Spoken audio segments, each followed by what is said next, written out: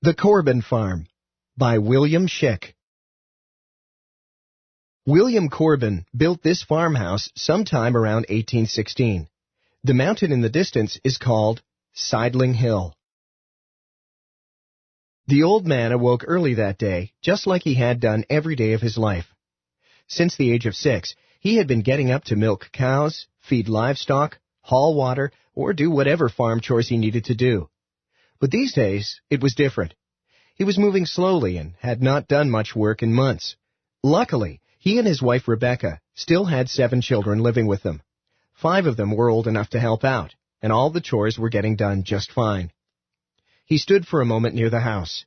He looked out over the hayfield that stretched in a slope down to Sidling Hill Creek. The man's name was William Corbin, and this 200-acre farm in central Pennsylvania had been his life for the past 30 years. It was a fresh spring morning as William headed carefully down the slope, leaning on his hickory cane. The year was 1852. Just that week, William had celebrated his 68th birthday, surrounded by friends and family. He stopped to rest several times on the way to his favorite spot by Sidling Hill Creek. This time of year, the creek was more of a river. It ran swift and deep, swelled with the mounting snow. He knew the creek in all seasons of the year. He could almost tell the exact date just from the sound that the water in the creek was making that day. He started thinking about his past. The William Corbin Farm, as viewed from Sidling Creek Hill. But it is strange how the memory works. William sat on his favorite rock and struggled to remember the birthday party that had happened that week. He could not remember for sure who had been there. Some of his children had been at the party. Others had died years before.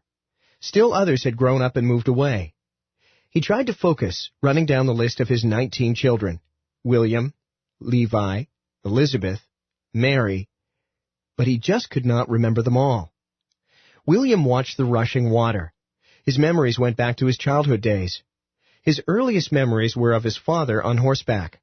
His father was a member of the county militia. William was 4 years old at the time. His father sat proudly on the horse and called William's name. No pictures of William Corbin are known to exist, but he might have looked like his nephew Abraham, shown here.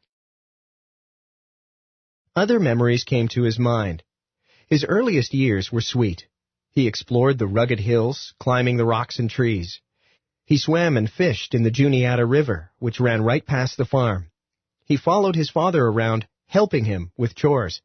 He was not much help, but his father liked having him around. By age 7, William was already doing some chores by himself. As he got older, William grew to love the smell of the hay and the animals. He enjoyed the physical work. He loved to hear songs of the birds and see the tree-covered mountains around him. During all his 68 years, William's life did not change much. Almost everyone that he knew lived on a farm. But now that William was older, things were changing. The Pennsylvania Railroad had laid tracks just across the river from his boyhood home. Trains now chugged along the Juniata riverbank, filling the air with thick smoke. William could not imagine the changes that were yet to come. For now, William sat quietly by Sidling Hill Creek and watched the water dance. He sat thinking about the past until he heard a familiar voice. His 5-year-old daughter was calling him to supper. 3 months later, William Corbin died. His family gathered to mourn his death. They buried him in the family cemetery behind the farmhouse. His wife, Rebecca, was lucky to have 5 older children at home to help her work the farm. William Corbin died on June 17, 1852. Here is his gravestone. Matthew Corbin fought in the Civil War with soldiers like these. Charles, the oldest son, now was considered the head of the family. He and his younger brother George seemed happy to keep farming. Matthew, another brother, began working as a carpenter. He continued to live on the farm for about 10 more years. Then, in 1861, the conflict that everyone feared finally came. The Civil War began. On both sides, thousands of men joined the armies and went to fight. All of the Corbin brothers wanted to go, even 12-year-old Joseph. Finally, it was decided that Charles and Abraham would stay home and run the farm.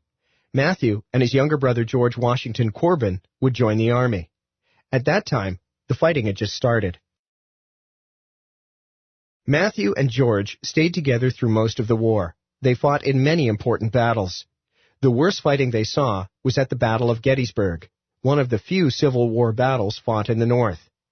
Gettysburg was less than 8 miles from their home in Huntingdon County. At Gettysburg, both George and Matthew survived the battle, although Matthew was wounded. They were lucky. Hundreds of their neighbors were killed in the fierce fighting. Before they returned home, Matthew became ill from the unclean conditions in the army camp.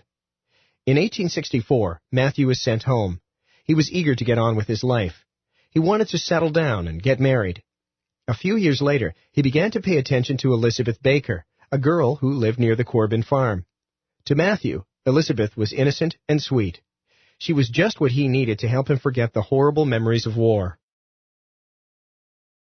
Matthew and Elizabeth Corbin lived in this house in New Granada, Pennsylvania, in the late 1870s. They married in 1866, when Elizabeth was 15. Today, most people think 15 is too young to get married, but in those days, it was common for girls to marry at that age. They moved to New Granada, a little town next to Sidling Hill Creek. Matthew continued to work as a carpenter, and they started to raise a family. Neither Elizabeth nor Matthew could imagine the changes they would see over the next 50 years. Their short move to a nearby town was just the beginning. The same thing was happening in many families. More people were leaving farms to work in towns and cities. Often, people moved to find work in factories. One of the towns many people moved to was Altoona, Pennsylvania, which is about 40 miles from Matthew and Elizabeth's house in New Granada. Until about 1850, Altoona was just another little town near the Allegheny Mountains. The Pennsylvania Railroad changed the town's identity, and in a hurry. The company picked Altoona as a good place for the huge factories it needed to build train cars. The company also built the repair shops for the powerful locomotives that pulled the trains over the mountains. The railroad employed many workers. By the 1880s, Altoona was a small city of almost 20,000 people. In the early 1890s, the oldest of Matthew and Elizabeth's 8 children had moved to the east side of Altoona. The Pennsylvania Railroad factories and huge repair shops separated the town into 2 parts. Most of the factory workers lived in the humble wood frame houses east of the shops. This area of town came to be known as Juniata. The large red building is one of the Pennsylvania Railroad's repair shops. East Altoona, Juniata, can be seen in the distance. By 1900, every one of Matthew and Elizabeth's 8 children had moved to Altoona. Matthew and Elizabeth moved there too. Matthew's brother George Washington Corbin had died in 1880. George's widow and children also moved to Altoona. Matthew named one of his sons George Washington Corbin to honor his brother.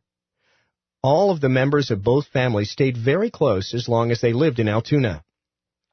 The younger George Washington Corbin was a carpenter, like his father.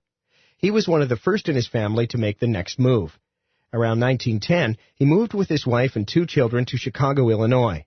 His son, Charles Corbin, was the last of his family to be born in Pennsylvania. Charles Corbin, in about 1913, with his sister Alma and their dog Muggsy. Charles was a lively, friendly young man.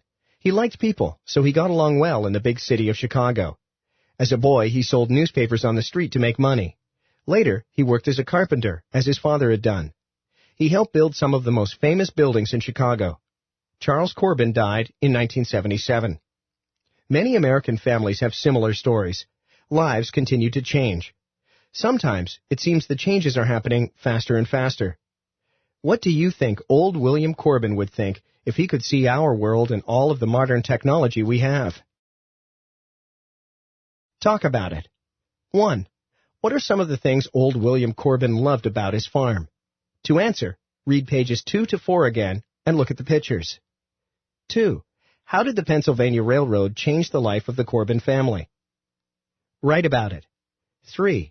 On a separate sheet of paper, make a list of some of the things in your life you would not have had if you had lived in 1850. Write about the modern things you would miss the most. Extend language. Compound words are words that are made of smaller words put together. For example, a railroad is a road for trains made of steel rails. What are the smaller words in these compound words, And what do the words mean?